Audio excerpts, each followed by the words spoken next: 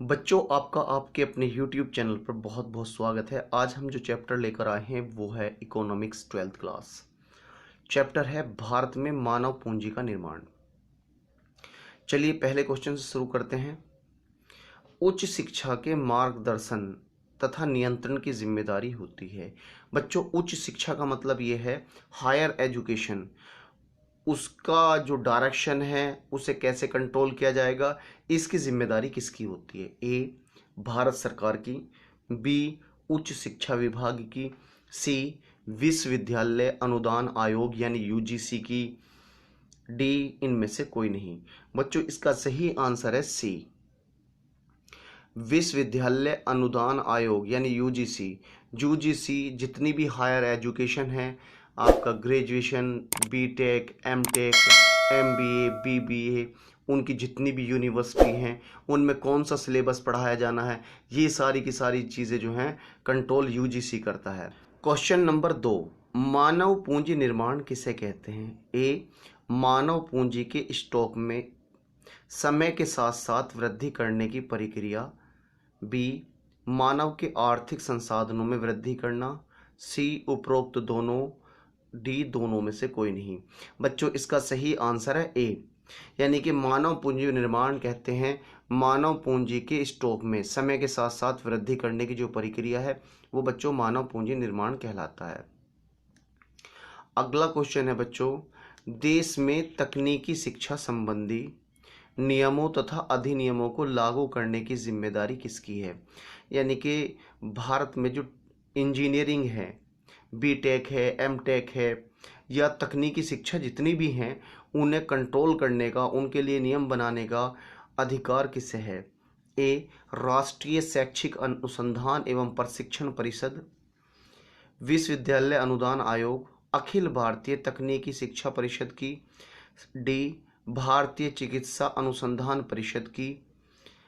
अब बच्चों, इसका सही आंसर है सी, अखिल भारतीय तकनीकी शिक्षा परिषद जो है वो टेक्निकल जितने भी हायर एजुकेशन हैं उनसे संबंधित जिम्मेदारी अखिल भारतीय तकनीकी शिक्षा परिषद की है। अगला क्वेश्चन बच्चों, क्वेश्चन नंबर 4, मानव पूंजी निर्माण के निर्धारक स्रोत निम्न में से कौन से हैं? ऐसे स्रोत कौन से हैं जो मानव पूंजी के निर्माण में सहायक हैं या निर्माण करते हैं? ए, शिक्षा पर होने वाला खर्च। बी, स्वास्थ्य पर होने वाला खर्च। सी, नौकरी के साथ प्रशिक्षण। डी, उपरोक्त तीनों। सही आंसर है बच्चों इसका डी, उपरोक्त तीनों। इसके अलावा वयस्कों के लिए अध्ययन का कार्यक्रम, जो बड़े लोग हैं उनके लिए पढ़ाई का कार्यक्रम और सूचना पर व्यय। बच्चों, सूचना पर व्यय के बहुत सारे फायदे हैं, क्योंकि जब सूचना पर व्यय किया जाएगा तो टेक्निकली तौर पर हमें जो है उन सारी चीज़ों के बारे में पता चलेगा, कहाँ पर क्या चीज़ कितने की बिक्री है, कहाँ पर रोज़गार किस प्रकार का है, ये सारी जानकारी हमें आसानी से मिल जाएंगी। अगला क्वेश्चन है बच्चों, समय की एक निश्चित बिंदु पर एक राष्ट्र के कौशल तथा सुविज्ञता के भंडार को कहा जाता है? ए, सामाजिक आधारिक संरचना। बी, मानव पूंजी। सी, भौतिक पूंजी। डी, इनमें से कोई नहीं। बच्चों, इसका सही आंसर है बी, मानव पूंजी। बच्चों, जब हम किसी देश का कौशल, उसके ज्ञान, उसके भंडार को किसी समय के एक पॉइंट पर जानने की कोशिश करते हैं तो उसे बच्चों मानव पूंजी के नाम से जाना जाता है। अगला क्वेश्चन है बच्चों, निम्न में से मानव पूंजी निर्माण की भूमिका निम्न में से क्या है? ए, संवृद्धि की भावात्मक तथा भौतिक वातावरण में परिवर्तन। बी, भौतिक पूंजी के उच्चतर उत्पादकता। सी, कौशल की नवीनता। डी, उपरोक्त तीनों। बच्चों, इसका सही आंसर है डी, उपरोक्त तीनों। बच्चों, मानव पूंजी का जो निर्माण है उसमें अहम भूमिका किसकी है? संवृद्धि की भावात्मक तथा भौतिक वातावरण में परिवर्तन, यानी कि लोगों की जो फीलिंग है उसे चेंज करना, जो उनकी अवधारणाएं हैं उन्हें चेंज करना, भौतिक वातावरण को चेंज करना, जैसे कंपनी लगा देनी, फैक्ट्री लगा देनी, उद्योग धंधे लगा देने, सड़क को अच्छा लगा कर देना, इसके अलावा भौतिक पूंजी के उच्चतर उत्पादकता यानी अच्छी टेक्नोलॉजी लाकर, लोगों को प्रशिक्षण देकर, ये और फिर कौशल की नवीनता, लोगों को लगातार ट्रेनिंग करके। तो ये बच्चों जो तीनों फैक्ट हैं ये मानव पूंजी के निर्माण में अहम भूमिका निभाते हैं। अगला क्वेश्चन बच्चों, निम्नलिखित में से कौन सी भारत में पूंजी निर्माण की समस्या है? ए प्रतिभा का पलायन, बी निम्न शैक्षिक मानक, सी जनसंख्या में वृद्धि, डी उपरोक्त तीनों। इसका सही आंसर है बच्चों डी उपरोक्त तीनों। बच्चों मैं आपसे बता दूं, ये जो मैं क्वेश्चन पूछ रहा हूँ ये क्वेश्चन बहुत ही खास हैं। चैनल पर नए हो तो चैनल को सब्सक्राइब जरूर कर लिया करें। और ये क्वेश्चन ना केवल अब पूछे जाएंगे बल्कि इनकी संभावना बाद में जब आप गवर्नमेंट जॉब के लिए हायर एजुकेशन में जाएंगे तब भी आपके काम करेगी। तो बच्चों इनमें से प्रतिभा का पलायन, बच्चों आप जानते हैं और आपने सुना भी होगा, भारत में जो टॉप के एजुकेटर हैं और जो स्टूडेंट्स हैं जो काबिल हैं, एमबीए टॉप करते हैं, बीबीए बीटेक टॉप करते हैं, वो भारत के अलावा विदेश के हायर आमदनी वाले देशों में चले जाते हैं। बल्कि मैं आपसे बता दूं, ये हायर उनमें देश में क्यों जाते हैं? बांग्लादेश, पाकिस्तान, नेपाल, भूटान, इन मुल्कों में क्यों नहीं जाते ये लोग? क्योंकि वहाँ पर खुद भारत से ज़्यादा भुखमरी है, भारत से ज़्यादा कमज़ोर स्थिति है। तो ऐसे में ये उन देशों का चयन करते हैं जहाँ पर उन्हें सैलरी और उनके जीवन स्तर को बहुत ऊंचा उठा दिया, जैसे अमेरिका है, जापान है, कनाडा है, इटली है, ऐसे मुल्कों में ये पलायित कर जाते हैं। यानी कि हमारे यहाँ की जो प्रतिभा है वो विदेशों में चली जाती है। और बच्चों में बता दूँ, अमेरिका का सिलिकॉन वैली है एक जगह, उसमें 10 लाख से ज़्यादा भारतीय है ना नौकरी कर रहे हैं। निम्न शैक्षिक मानक, बच्चों हमारे यहाँ शैक्षिक मानक बहुत निम्न है। 33% किसी बच्चे के नंबर आ गए तो उसे अगली क्लास में भेज दिया कि भाई 33% है, पास हो गया, है ना। जबकि और मुल्कों में किसी में 45% है तो किसी में 55 और 60% पासिंग मार्क्स हैं। हमारे यहाँ 33% मार्क्स हैं, बच्चा भी 33% की मेहनत करता है, 33% की मेहनत तो हो गया काम। फिर है जनसंख्या में वृद्धि, ये भी एक अहम फैक्ट है बच्चों। जैसे जैसे जैसे जैसे जनसंख्या बढ़ेगी वैसे वैसे जो है जो भारत में या किसी भी मुल्क में संसाधन हैं और वो ट्रेनिंग करने के लिए या रोज़गार के लिए बढ़ाए जा रहे थे वो उतने बढ़ नहीं पाते जिस हिसाब से टेक्नोलॉजी और दूसरी चीज़ों का विकास होता है। क्वेश्चन नंबर 8, मानव पूंजी निर्माण में निम्न में से क्या क्या समस्याएं हैं? ए अपर्याप्त मानव शक्ति, बी नियोजन, सी प्रशिक्षण, डी उपरोक्त तीनों। बच्चों इसका सही आंसर है डी उपरोक्त तीनों। बच्चों मैं आपसे बता दूं, अपर्याप्त मानव शक्ति, अपर्याप्त मानव शक्ति भी एक कारण है। बहुत सारे देश ऐसे हैं जहां पर मानव शक्ति का अभाव है, रिसोर्स बहुत सारे हैं, जैसा दुबई है, वहाँ पर विदेशों के लोग अगर ना जाएं तो दुबई का विकास संभव नहीं है। नियोजन, बच्चों मानव पूंजी निर्माण की जो प्लानिंग की दिक्कत है वो भी एक अहम बात है। लोग प्लानिंग नहीं करते, बड़ी बड़ी कंपनियां सिर्फ अपने फ़ायदे के लिए काम करती हैं। अगर वो लोगों के विकास के लिए और सही प्रकार से कार्य करें, नियोजन के साथ काम करें तो आगे जा सकते हैं। प्रशिक्षण, बच्चों प्रशिक्षण भी हमारे यहाँ एक अभाव का बहुत बड़ा अभाव है। अगर प्रशिक्षण नहीं देंगे इसका मतलब होता है ट्रेनिंग। अगर टाइम पे लोगों को ट्रेनिंग मिलेगी, अच्छी ट्रेनिंग मिलेगी तो देश के विकास में सहायक होंगे। अगला क्वेश्चन है बच्चों, पढ़ने तथा लिखने की योग्यता को कहा जाता है? शिक्षा, मानव पूंजी, साक्षरता, मानव विकास। बच्चों इसका सही आंसर है सी साक्षरता। बच्चों लिखने पढ़ने की जो योग्यता है वो साक्षरता कहलाती है। निम्न में से कौन से शिक्षा के महत्व हैं? ए शिक्षा से अच्छे नागरिक बनना, बी विज्ञान तथा प्रौद्योगिकी का विकास, सी देश के संसाधनों के प्रयोग में सहायक, डी उपरोक्त तीनों। बच्चों इसका सही आंसर है डी उपरोक्त तीनों। बच्चों मैं बता दूं, शिक्षा शेरनी का दूध है, जो पिएगा वो दहाड़ेगा।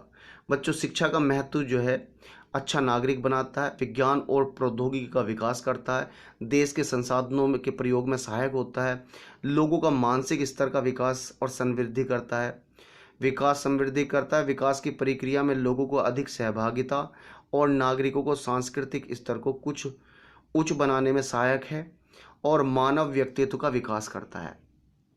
अब देखो बच्चों अगला क्वेश्चन है, निम्नलिखित में से कौन सा संगठन उच्चतर माध्यमिक स्तर की पाठ्य पुस्तकों की सामग्री का चयन करने में संलग्न है?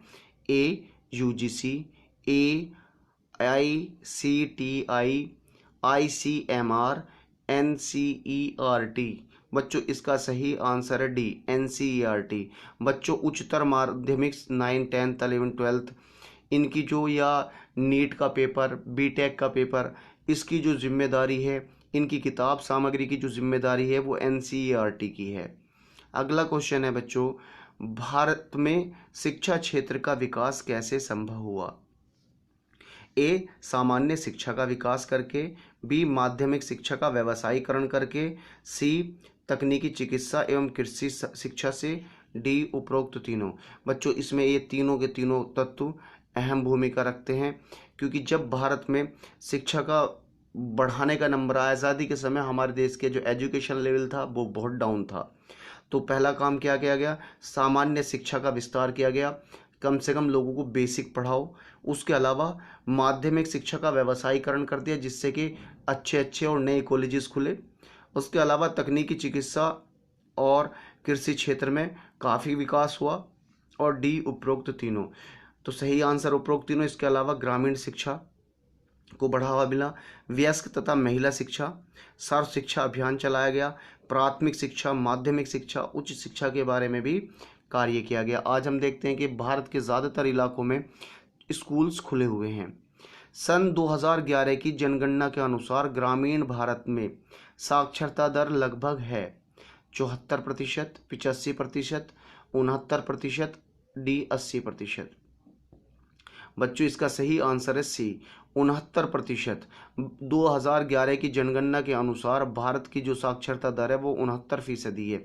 बच्चों 2021 में जनगणना होनी है, और असल में कोरोना की वजह से अब तक तो जनगणना होकर नए आंकड़े आ चुके होते, लेकिन क्या है, कोरोना की वजह से जनगणना की जो प्रक्रिया है वो काम शुरू अभी तक नहीं हो पाया है। अगला क्वेश्चन है, भारत में शिक्षा के क्षेत्र में कौन कौन सी समस्याएं हैं? ए निरक्षर व्यक्तियों की बड़ी संख्या, बी अपर्याप्त व्यवसायीकरण, सी लिंग भेदभाव, डी उपरोक्त तीनों। बच्चों इसका सही आंसर है डी उपरोक्त तीनों। देखिएगा, शिक्षा के क्षेत्र में ज़्यादा समस्या यही है, ज़्यादातर लोग निरक्षर हैं, और निरक्षर लोग जो हैं वैसे एजुकेशन की कदर तो जानते हैं, लेकिन वो जो हैं बच्चों को नहीं पढ़ाते अपनों को। और अपर्याप्त व्यवसायीकरण, दूसरा अहम बात ये भी है कि लोग सोचते हैं कि यार पढ़ लिख कर फ़ायदा क्या है, नौकरी तो लगनी ही नहीं है। अगर व्यवसायीकरण हो जाए, बच्चों को सिखाया जाए कि भाई नौकरी कोई ज़रूरी चीज़ थोड़ी हैगी, आप अपना उद्योग धंधे लगाएं, अपनी फैक्ट्री चलाएं। इसके अलावा लिंग भेदभाव, ये भी बच्चों एक बड़ी समस्या शिक्षा के क्षेत्र में। तो हमें पता है कि लड़कों को पढ़ाओ और लड़कियों को नहीं। लड़का कितना ही गधा हो स्कूल ज़रूर जाएगा, और लड़की कितनी होशियार हो 10वीं और 12वीं के बाद रोक ली जाती है। इसके अलावा बच्चों ग्रामीण पहुंच का निम्न स्तर, गाँवों में स्कूल, बहुत ऐसे गाँव हैं जहाँ पर आज भी स्कूल नहीं है। निजीकरण, बच्चों निजीकरण भी एक बहुत बड़ी समस्या होता जा रहा है, क्योंकि हमें पता है कि जब सरकारी स्कूलों के मुकाबले प्राइवेट स्कूल्स खुल रहे हैं और सरकारी स्कूल वाले मेहनत नहीं करा रहे, तो ऐसे में समस्या तो बनती है। उसके बाद शिक्षा पर कम सरकारी खर्च, एजुकेशन के क्षेत्र में सरकार कम खर्च कर रही है। मैंने पिछली वीडियो में भी आपको बताया था, अगर भारत को डेवलप करना, अपने मुल्क को डेवलप करना है, तो इसके लिए सबसे अहम जो काम है वो है शिक्षा का विकास। सरकार जितना ज़्यादा एजुकेशन पे खर्च करेगी, अच्छी एजुकेशन पे खर्च करेगी, टीचरों की ट्रेनिंग पे खर्च करेगी, अच्छे टीचर प्रोवाइड कराएगी, कॉम्पिटिटिव सिलेबस रखेगी, तो संभव है कि जल्द से जल्द विकास हो जाए, भारत डेवलप कंट्री बन जाए। भारत में साक्षर महिलाएं हैं 75%, 85%, 70%, 66%। बच्चों इसका सही आंसर है डी, 66%। महिलाओं के मुकाबले लगभग 8% पुरुषों के मुकाबले 8% महिलाएं कम साक्षर हैं। सन 2011 की जनगणना के अनुसार भारत में साक्षरता दर लगभग है कितनी? ए 74%, बी 56%, सी 65%, डी 60%। सही आंसर है बच्चों इसका ए, 74%। 2011 की जनगणना के अनुसार भारत की जो एजुकेशन रेट है वो 74% है। अगला क्वेश्चन है बच्चों, मानव पूंजी निर्माण के कारण होते हैं?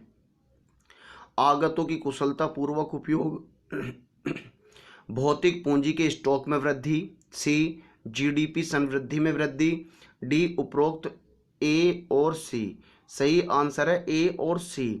बच्चों, जब जब आगतों की कुशलता पूर्वक उपयोग होगा और जीडीपी की संवृद्धि होगी तभी बच्चों मानव पूंजी निर्माण होगा। अगला क्वेश्चन है बच्चों, भारत में 1 से 14 साल की उम्र के सभी बच्चों को शिक्षा का अधिकार कब दिया गया? ए 2009 में, बी 2010 में, सी 2011 में, डी उपरोक्त में से कोई नहीं। बच्चों, इसका सही आंसर है ए 2009 में। आरटीई, राइट टू एजुकेशन, शिक्षा का अधिकार के तहत भारत के प्रत्येक बच्चे को जिसकी आयु 6 वर्ष हो चुकी है और 14 वर्ष से कम का है, उन्हें शिक्षा का अधिकार दिया गया है। सरकार हर सूरत में उनकी एजुकेशन की जिम्मेदारी निभाएगी और उन्हें शिक्षित करेगी। अगला क्वेश्चन बच्चों, राष्ट्रीय साक्षरता मिशन की स्थापना कब की गई? ए 1984 में, बी 1988 में, सी 1990 में, डी 1995 में। बच्चों, इसका सही आंसर है बी 1988 में। औपचारिक शिक्षा कार्यक्रम की शुरुआत कब हुई? ए 1970 में, बी 1975 में, सी 1976 में, डी 1980 में।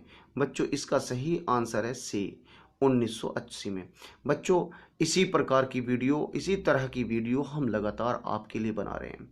वीडियो बनाने में टाइम भी खर्च होता है और आप सब कह सकते हैं कि हम जो हैं पढ़ाई पैसे के लिए वीडियो बना रहे हैं। बच्चों, मैं आपसे कह रहा हूँ कि मैं वीडियो पर जो यूट्यूब ऐड लगा देता है वो ऐड लगाता है मैं मिड रोल पर। अब पिछले कुछ टाइम से, जब से मैंने दोबारा से यूट्यूब ज्वाइन किया है, तब से जो है मैं कोई भी ऐड नहीं लगा रहा हूँ। वीडियो पसंद आए तो उसे लाइक शेयर ज़रूर किया करें। चैनल पर अगर आप नए हो तो चैनल को सब्सक्राइब ज़रूर किया करें।